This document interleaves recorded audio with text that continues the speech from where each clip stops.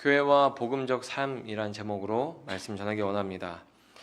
예수님이 약속하시고 보내주신 성령을 받은 제자들은 한 마음으로 부활의 복음을 전했습니다. 특별히 사도들 대표해서 베드로가 전한 부활의 복음을 듣고서 무려 몇 명이나 죄를 회개하고 세례를 받았습니까? 3,000명이나 되는 사람들이 죄를 회개하고 세례를 받았습니다. 오늘은 그 이후에 그들에게 어떤 일이 일어났는지 말해주고 있습니다. 죄를 회개하고 세례를 받은 사람들이 모여서 어떠한 일을 하고 있는지 말해주고 있는 거죠. 초대교회의 모습은 하나님이 가장 원하시는 이상적인 교회의 모습일 겁니다.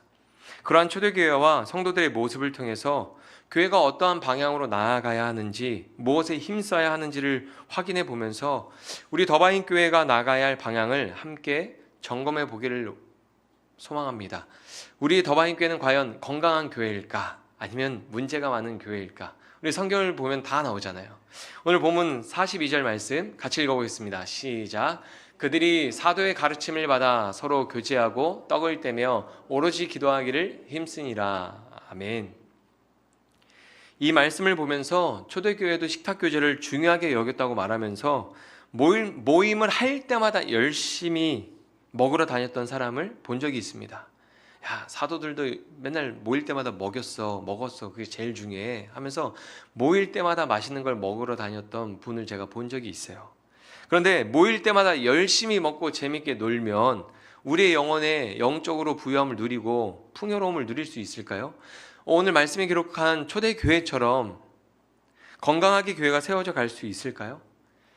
42절 말씀에 나오는 내용은 교회의 4가지 기둥입니다. 보편적으로 교회의 4가지 기능이라고 이제 말합니다. 교회의 4가지 기둥이 무엇입니까? 첫 번째가 사도의 가르침을 받고죠. 하나님의 말씀을 가르치고 배우는 게 교회에서 가장 중요한 일입니다. 두 번째로 서로 교제하고, 세 번째로 떡을 떼며 성찬을 나누고 예배합니다. 네 번째로 기도합니다. 교회는 이렇게 4가지 기둥이 있습니다. 성경에서 오로지 기도하기를 힘쓰니라고 기록하고 있기 때문에 4가지 기둥 중에서 기도를 제일 중요하게 여기고 강조하는 사람들이 있을 수 있습니다. 그렇죠? 오로지 기도하기를 힘쓰니라 이렇게 말하고 있으니까 교회에서 제일 중요한 거는 기도다. 우리 기도 열심히 하자. 그렇게 말하는 사람들이 있을 수 있습니다. 그러나 기억해야 할 것은 힘쓰니라는 단어는 4가지에 통합적으로 적용되는 단어입니다. 힘쓰다라는 단어는 정기적으로 모임을 갖고 지속적으로 전심을 다한다는 것을 의미하는 거예요. 즉 초대교회가 사도의 가르침을 받고 서로 교제하고 성찬을 나누고 기도하는 일에 일정한 시간을 정하고 함께 모여서 지속적으로 그 일에 힘썼던 거예요. 기도만 힘쓴 게 아닙니다. 교회가 세워지고 나서 교회가 해야 될 그 일들에 전심으로 다 함께 그 일에 다 힘썼던 거예요. 어느 하나를 특별하게 강조하거나 어느 하나를 소홀히 하지 않았습니다. 그리스도의 말씀을 배우고 그리스도 안에서 교제하고 그리스도의 희생을 기억하고 그리스도의 이름으로 기도하기를 초대교회는 힘썼던 거죠. 어느 하나 소홀히 하지 않았습니다. 오늘날 많은 사람이 자기 입맛에 맞는 교회를 찾아다니지만 사실 성경이 말하고 있는 건강한 교회는 어떠한 형태의 모습을 가지고 있든지 이 4가지에 힘쓰고 있는 교회입니다. 말씀을 가르치고 배우며 진리가 선포되어야 되겠죠. 그리고 서로 교제하고 성찬을 떼고 예수님의 희생과 사랑을 기억하고 기념하며 함께 기도하는 일에 마음을 모아야 하는 것이죠. 구체적으로 이 4가지가 무엇인지 한번 살펴보겠습니다. 첫 번째, 초대교회는 사도의 가르침을 배우는 일에 힘썼습니다. 교회는 말씀을 가르치고 배우는 일에 힘써야 합니다. 우리 교회는 말씀을 가르치고 배우는 일에 힘쓰는 교회입니까? 아니면 그렇게 노력해야 되는 교회입니까? 오늘 본문에 나오는 사람들은 어떤 사람들인가요? 자기 마음대로 살다가 죄를 회개하고 세례를 받은 사람들이요. 이 자리에 있는 대부분의 사람들은 어떤 사람들입니까? 오늘날 교회로 따지면 대부분 초신자들이에요. 다 유대교인으로서 그냥 율법을 따라 자기 마음대로 신앙생활 하다가 이제 그리스도의 부활의 복음을 듣고 죄를 회개하고 세례를 받아서 이제 기독교 신앙의 기초를 배우는 사람들이잖아요. 그들은 자기 마음대로 살지 않고 그리스도의 가르침을 따라 살기를 원했습니다. 그래서 항상 그리스도의 말씀을 가르쳐주는 데가 있으면 가서 말씀을 배웠던 거죠. 누구든지 세례를 받은 사람이라면 공적으로 신앙을 고백한 사람들입니다. 그들이 제일 힘썼던 일이 말씀 중심의 삶을 사는 것이었어요. 하나님 말씀을 따라 살고자 힘썼습니다. 사도들은 가르치는 일에 마음을 모으고 가르치는 일에 힘썼습니다. 초대교회는 말씀을 배우는 일에만 힘쓰지 않았습니다. 듣고 배운 말씀을 실천하는 일에도 힘썼습니다. 그러니까 이 교회 안에 놀라운 선한 영향력이 나타나는 거죠. 그렇다면 사도들이 가르쳤던 내용이 무엇일까요? 그리스도의 생애와 부활의 복음이었습니다. 예수님에게 들었던 하나님 나라의 복음에 대해서 가르쳤던 것이죠. 그들은 오순절날 성령 강림 사건을 경험했던 제자들입니다. 사도들이에요. 그런데 그들은 그 성령의 운동만을 강조하지 않았습니다. 오로지 기도만 하라고 말하지 않았어요. 그들이 제일 힘썼던 것은 그리스도에게 배운 말씀을 가르치는 일이었습니다. 말씀, 복음이 교회의 가장 기초를 다지는 기둥이었기 때문이에요. 두 번째로 초대교회는 서로 교제하는 일에 힘썼습니다. 우리 교회는 교제하는 일에 힘쓰는 교회입니까? 아니면 교제하는 게 부족한 교회입니까? 힘쓰다라는 단어는 앞에서 말씀드렸던 것처럼 정규적 모임을 지속하는 것을 의미합니다. 초대교회는 일정한 시간에 모여서 서로 교제하기를 힘썼어요. 지속적으로 모임을 가지고 함께 교제했습니다. 그리스도 안에서 친밀한 교제를 나누면서 연합하는 일에 힘썼습니다. 왜냐하면 예수님을 믿고 죄사함을 받은 모든 성도들이 그리스도 안에서 하나였기 때문이에요. 교회는 그리스도 안에서 하나의 믿음을 공유하고 하나의 소망을 바라보는 공동체입니다. 그리스도가 이루신 하나님 나라의 공동체죠. 초대교회 성도들은 그리스도 안에서 서로 교제하면서 그리스도가 이루신 일을 더 견고히 하기 위해서 힘썼던 거예요. 인간적으로 잘 맞는 사람끼리 끼리끼리 하나가 되는 문화가 아니었습니다. 그리스도가 이루신 연합 안에서 하나 되는 교제를 누렸던 겁니다. 교제의 목적이 무엇이라고요? 한 마음, 한 믿음, 한 소망으로 연합하는 것이었습니다. 우리도 예배 후에 진실한 교제 시간을 갖습니다. 그때 우리의 삶과 은혜를 나누면서 그리스도의 신앙 안에서 우리가 하나임을 확인하는 거죠. 아, 저분도 예수님을 믿는 분이구나. 저분도 말씀대로 살아가려고 발버둥치고 노력하고 기도하는 분이구나. 우리가 서로에 대한 신앙을 고백하면서 확인합니다. 그리스도 안에서 우리가 같은 소망을 바라보고 있다는 것을 확인하는 겁니다. 그 교제가 이 땅을 살아가는 성도들에게 위로가 되고 세상에서 믿음으로 살아갈 수 있는 힘이 되는 거예요. 성도의 교제가. 여러분, 엘리야가 바알과 아세라 선지자들과 싸운 이후에 그가 어떻게 했습니까? 성령 충만해졌나요? 아니면 낙심했나요? 아주 크게 낙심하죠.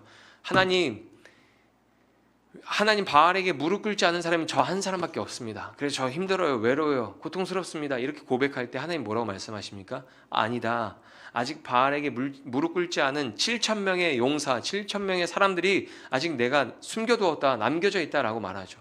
신앙생활 할 때 나 홀로 신앙생활 하는 것이 아니라 나 혼자 하나님을 믿고 거룩한 삶을 살기 위해서 발버둥 치는 것이 아니라 그렇게 같은 믿음을 가지고 한 소망을 바라보며 살아가고 있는 성도들이 옆에 있다는 것이 우리에게는 큰 위로가 되고 소망이 되는 거죠.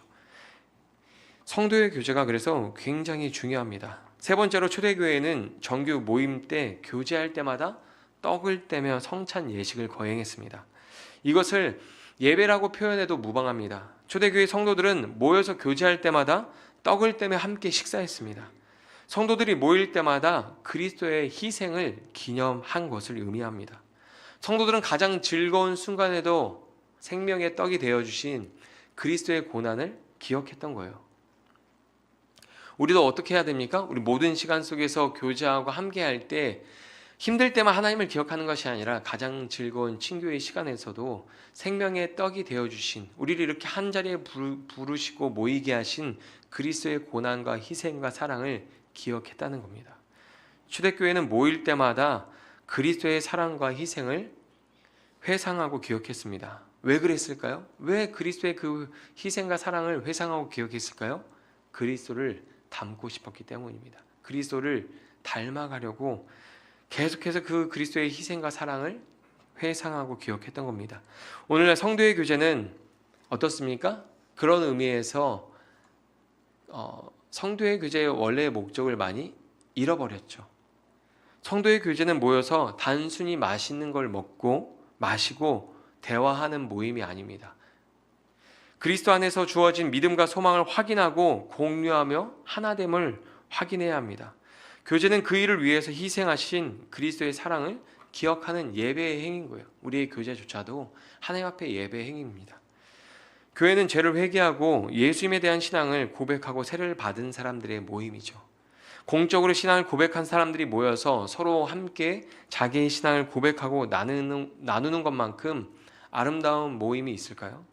교회 교제와 모임은 그래야 하는 것이죠. 공적인 신앙을 고백하는 것뿐만이 아니라 함께 모여서 자기의 신앙을 고백하고 공유하고 함께 나눠야 하는 것이죠. 세상의 가치와 유익과 그리고 어떠한 세상에 이익이 되는 정보를 나누고 어떤 사업과 투자와 자녀의 학업을 위해서 정보를 공유하는 그런 사교 모임이 되면 안 되는 것이죠. 우리도 사람이기 때문에 생활에 필요한 정보를 주고받을 수 있습니다. 그런데 교회 모임의 목적이 그런 목적이 된다면 교회는 어떻게 될까요? 빛을 잃어버리겠죠. 소금이 맛을 잃어버리고 빛이 빛을 잃어버리게 되겠죠. 교회는 그렇게 점점점 성도의 교제 시간이 인간적인 어떠한 유익을 위한 모임이 되면서 교회는 부패하게 되는 겁니다. 마지막으로 초대교회는 기도하는 일에 힘썼습니다. 일정한 시간에 함께 모여서 기도하는 일에 힘썼습니다. 우리도 매주 금요일에 기도의 시간을 가지고 있습니다. 여러분, 기도의 시간에 나오세요. 멀면, 나오기 어려우면 유튜브로 함께 기도하십시오. 기도하셔야 됩니다. 혼자서 기도하는 것도 중요하지만 성도들이 함께 모여서 기도하는 일에 힘써야 합니다. 우리도 초대교회 성도들의 모습을 본받아야 하는 것이죠. 당시 성도들이 무엇을 위해서 기도했을까요? 저는 이 자리에 모인 성도들이 이렇게 기도했을 것 같아요. 예수님을 닮게 해주세요. 예수님처럼 살게 해주세요 라고 기도했을 것 같습니다. 예수님의 희생과 사랑을 기억하면서 예수님이 걸어가신 길을 우리도 걸어가게 해주세요 라고 기도했을 것 같아요. 최소한 그런 기도를 하지 않더라도 예수님이 가르쳐 주신 주기도문의 내용처럼 하나님의 뜻이 하늘에서 이루어진 것처럼 이 땅에서도 나의 삶을 통해서도 이루어지게 해주세요라고 기도했을 거예요. 교회는 함께 그리스도의 말씀을 배우고 함께 그리스도 안에서 교제하고 함께 그리스도의 이름으로 기도하는 일에 힘써야 합니다. 우리 더바인 교회는 초대교회와 비교했을 때 부족한 점이 무엇인가요? 부족한 점이 있다면 그것을 개선하기 위해서 무엇에 힘써야 할까요? 어느 것 하나도 강조하거나 소홀히 해서는 안 됩니다. 이 네 가지 기둥을 우리는 다 힘써야 하는 것이죠. 말씀을 가르치고 배우고 서로 교제하고 예수 그리스도의 희생과 사랑을 기념하고 기억하며 예수님을 닮아가기를 위해서 기도하고 하나님이 주신 그 사명을 이루어갈 수 있도록 하나님의 뜻이 우리 삶에 이루어지도록 기도해야 하는 것이죠. 교회가 교회다울 때 조롱하는 사람들이 사라집니다. 오늘 말씀을 보면 교회가 교회다울 때 조롱하는 사람들이 사라집니다. 성도가 힘써야 하는 일에 힘쓰면 조롱하는 사람들이 사라집니다. 사도행전 2장 43절 말씀 같이 읽어보겠습니다. 시작. 사람마다 두려워하는데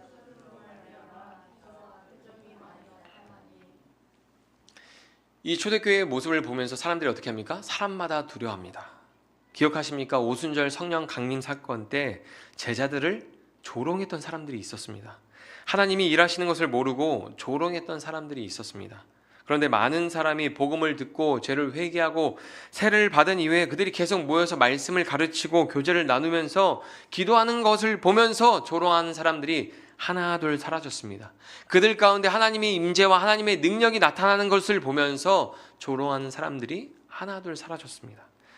출애굽 이후에 이스라엘 백성들이 광야에서 하나님의 인도하심을 받아 가나안 땅으로 나아갈 때 가나안 사람들이 이스라엘을 두려워했던 것처럼 하나님을 경외했던 것처럼 두려움을 느꼈습니다.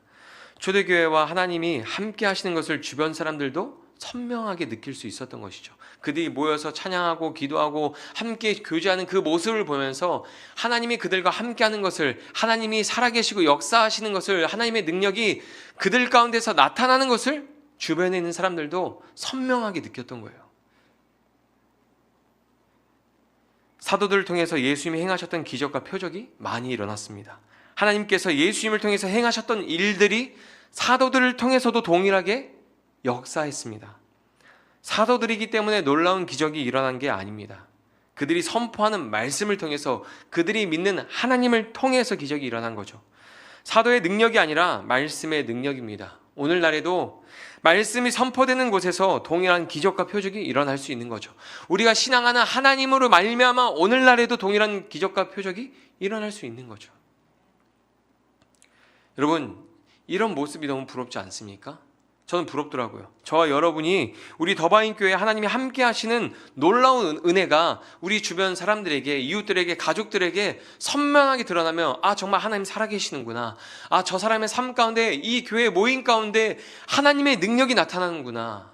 내가 하나님 잘 모르지만 정말 하나님 살아계신 것 같구나 라고 주변에 있는 이웃과 가족들이 느낄 수 있으면 얼마나 좋겠어요. 그렇죠? 그러기 위해서 우리가 꼭 기억해야 될 게 있습니다. 교회가 교회답지 못할 때 조롱당하고, 성도가 힘써야 하지 말아야 할 것에 힘쓸 때 조롱당하게 됩니다. 이것은 매우 성경적인 현상이에요. 마태복음 5장 13절에 보면 이런 말씀이 있습니다. 너희는 세상의 소금이니 소금이 만일 그 맛을 잃으면 무엇으로 짜게 하리요? 후에는 아무 쓸데없어 다만 밖에 버려져 사람에게 밟힐 뿐이니라. 예수님 분명히 말씀하셨어요. 너희가 맛을 잃어버리면 세상 사람들한테 밟힐 거다. 여러분 어떻게 됩니까? 맛을 잃어버리지 않으면 적은 양의 소금이라고 할지라도 맛을 바꿀 수 있죠. 영향력을 나타낼 수 있죠. 오늘날 교회가 세상에서 조롱당하는 이유, 성도들이 비판당하는 이유를 오늘 말씀을 통해서 생각해 보시기 바랍니다. 교회가 어떤 방향으로 나아가야 할까요? 무엇에 힘을 써야 합니까? 교회가 교회다울 때 조롱하는 사람들이 사라지는 겁니다. 성도가 성도다울 때 조롱하는 사람들이 사라지는 겁니다. 교회가 교회답고 성도가 성도다울 때 어떤 일이 일어나는지 한번 볼까요? 오늘 본문 44절, 45절입니다. 같이 읽겠습니다. 믿는 사람이 다 함께 있어 모든 물건을 서로 통용하고 또 재산과 소유를 팔아 각 사람의 필요를 따라 나눠주며. 아멘. 여러분 한 번쯤 사도행전을 읽으면서 이런 생각을 해보지 않으셨습니까? 초대교회 성도들은 어떻게 자기 소유를 아까워하지 않고 나눌 수 있었을까? 어떻게 자기 소유를 다 팔아서 그렇게 사람들이랑 함께 나눠서 쓸 수 있을까? 그런 생각 안 해보셨어요? 저만 그런 생각 해봤나요? 그런데 이것은 복음을 통해서 자연스럽게 일어나는 현상입니다. 복음을 모르는 사람한테는 어려운 일처럼 보이지만 결코 어려운 일이 아닙니다. 아닌데 어려운 일인데 라고 생각할지 모르겠지만 우리 안에서도 이런 일들이 종종 일어났거든요. 내 소유를 팔아서 함께 나누고 서로 섬기고 대접하는 일들이 우리 모임 안에도 작게 계속 이어져 왔어요. 여러분 교회가 뭐 하는 곳입니까? 사도의 가르침을 받고 떡을 떼며 교제하고 기도하는 사람들의 모임입니다.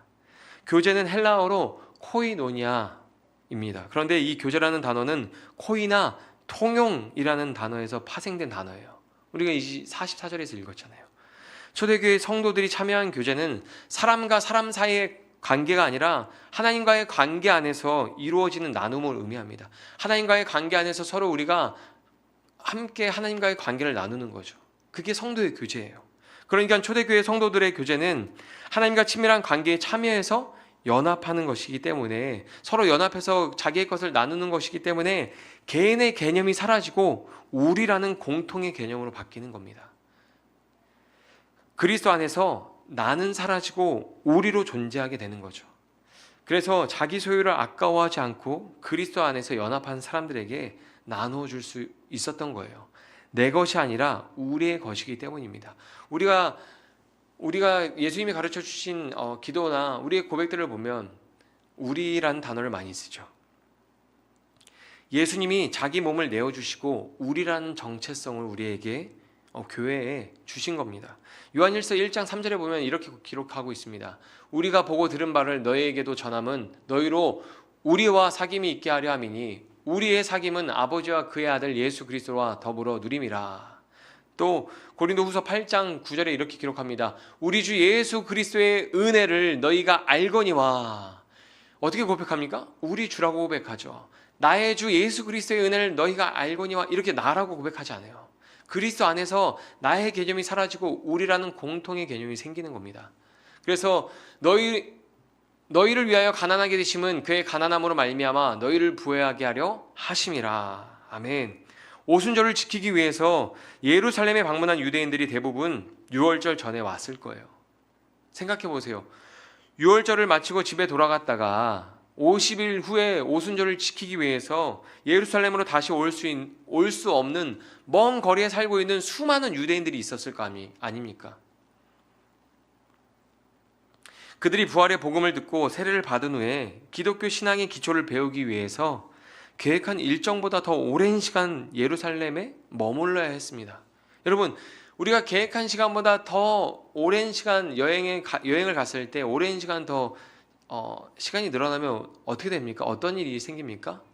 우리의 재정이 부족해지고 하루 3끼 먹었던 거 점점점 한 끼로 줄어야 되고 제대로 갖춰 먹었던 거 어떻게 돼요?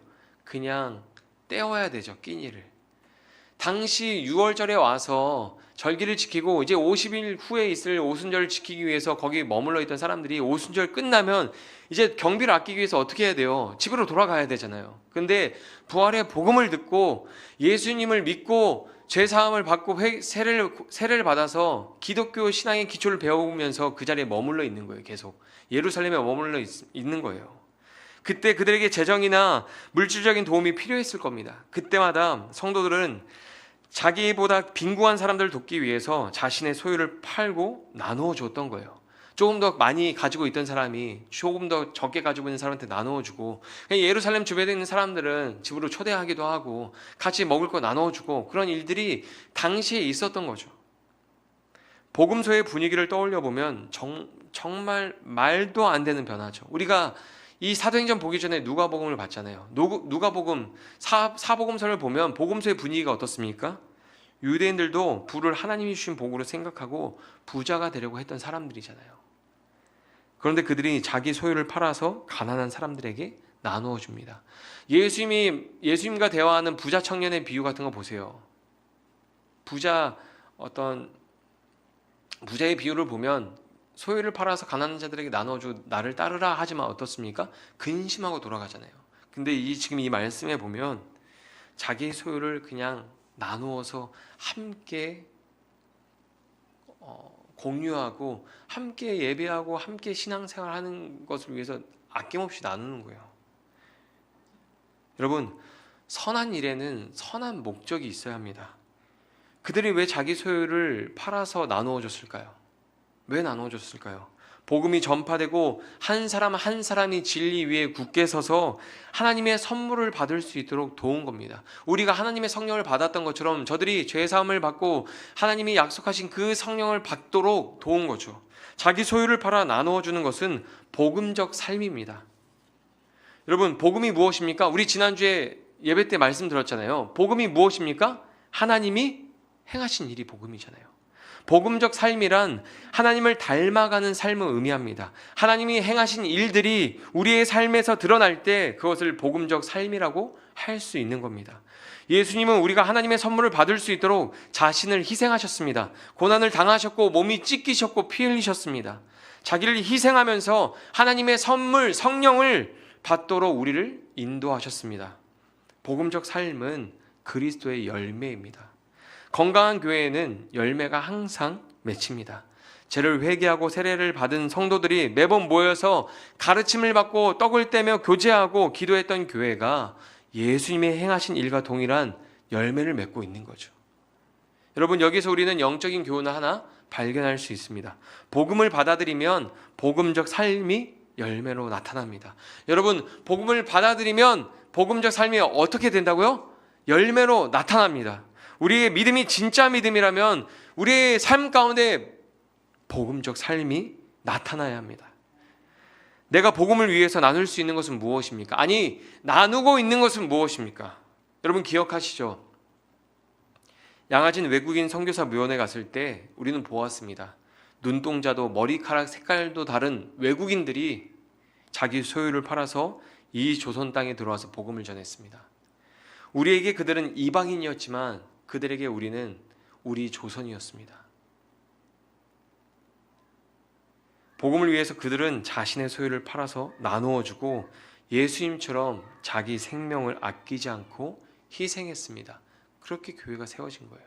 여러분, 교회가 건물이 교회가 아니잖아요. 죄를 회개하고 성령을 받아서 성령이 머무시는 성전이 된 사람들, 그리스도를 나의 주로 고백하는 사람들이 교회잖아요. 그렇게 교회가 세워진 거예요. 예수님의 말씀처럼 열매는 또 다른 열매를 맺은 겁니다. 복음은 복음적 삶을 살게 하고 그 복음적 삶을 사는 사람을 통해서 그 삶이 또 다른 사람에게 복음이 되고 그 복음을 받아들인 사람을 통해서 또 복음적 삶을 살고 그 사람의 삶이 또 복음이 되어서 그 또 다른 사람에게 그 삶이 복음이 되고 열매가 또 다른 열매를 낳고 열매가 또 다른 열매를 낳는 일들이 있었던 거예요. 여러분, 초대교회의 모습을 통해서 확인해 볼까요? 초대교회가 교회답고 성도가 힘써야 할 일에 힘쓸 때 어떤 열매가 맺히는지 한번 볼까요? 오늘 본문 46절, 47절입니다. 같이 읽어보겠습니다. 시작. 날마다 마음을 같이하여 성전에 모이기를 힘쓰고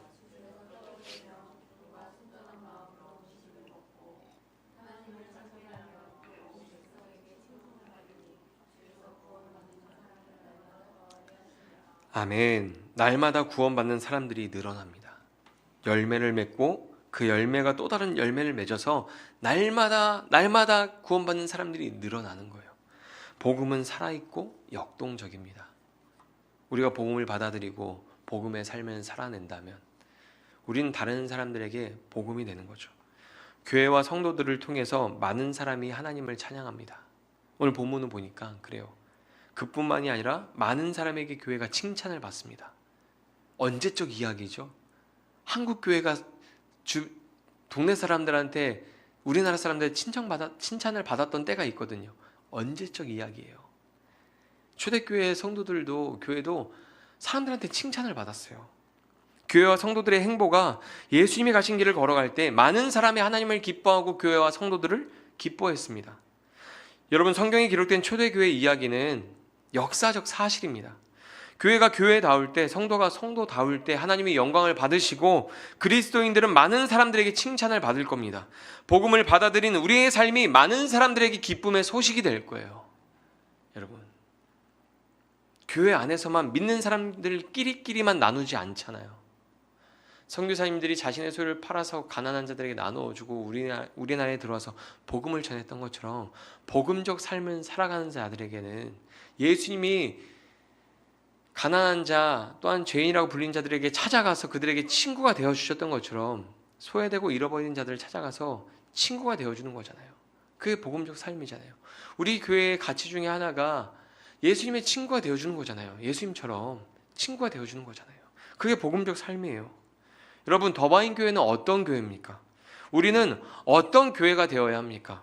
성경을 보니까 성전에 모이기를 힘쓰고 집에서도 떡을 떼며 순전한 마음으로 교제를 나누었습니다.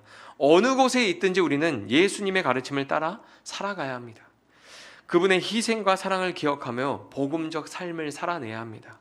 왜냐하면 땅끝까지 이르러 내 증인이 되라고 우리를 부르셨기 때문입니다. 여러분, 하나님께서 부활의 증인으로 여러분을 부르셨다는 사실을 믿으시기를 바랍니다. 여러분의 삶을 통해서 그리스도의 사랑이 확증되기를 축복합니다. 우리의 삶을 통해서 하나님의 살아계심과 선하심이 드러나기를 축복합니다. 여러분, 저를 한번 보십시오. 저를 다 보십시오. 요즘 계속 요나서 말씀을 금요일마다 보고 있는데 지난 금요일 밤에 요나서 설교를 하고 하나님이 저한테 주신 마음이 있어요. 요나는 어떤 사람이었어요? 하나님을 싫어했잖아요. 복음을 전하는 걸 싫어했습니다. 복음을 전하는 것도 싫어하고 말씀대로 사는 것도 싫어했어요. 자기에게 아무런 유익이 되지 않았기 때문입니다. 그런데 그 깊은 죄에 빠진 요나를 하나님께서 어떻게 하셨습니까? 깊은 바다에 던지셨어요. 깊은 죽음과 절망과 고통 가운데 집어 던지셔서 그가 거기서 회개하고 하나님 말씀에 순종하겠다고 마음을 고쳐먹죠. 그러자 물고기가 다시 육지에 요나를 토해냅니다. 하나님의 길에 벗어나서 자기 마음대로 살았던 요나가 마음을 고쳐먹고 하나님 마음대로 살겠다고 마음을 고쳐먹으니까 다시 하나님 길 위에 던지셨어요. 하나님께서 요나에게 다시 기회를 주신 거예요. 근데 저 이 말씀을 보면서 오늘 말씀이랑 이렇게 이어지면서 저는 그런 생각이 들더라고요. 여러분, 저는 더바인 교회가 하나님이 우리에게 다시 주신 기회라고 생각해요. 우리의 신앙과 예배가 회복되어서 하나님의 길에서 벗어나서 살았던 우리가 다시 더바인 교회를 통해서 이 자리에 부르시고 모이게 하신 그 하나님의 은혜 안에서 다시 하나님의 길을 걸어가는 거죠. 부활의 증인으로 부활의 복음을 전하는 복음적 삶을 살아가는 한 성도로서 교회로서 하나님은 우리를 더바인 교회로 부르셨습니다. 여러분에게 다시 기회가 주어졌어요. 더바인 교회는 하나님이 우리에게 주신 기회입니다. 복음적 삶을 사십시오. 오직 하나님의 영광을 위해서 사십시오. 그 영광스러운 삶을 회복하십시오. 아멘. 이제 우리 같이 기도하기 원합니다.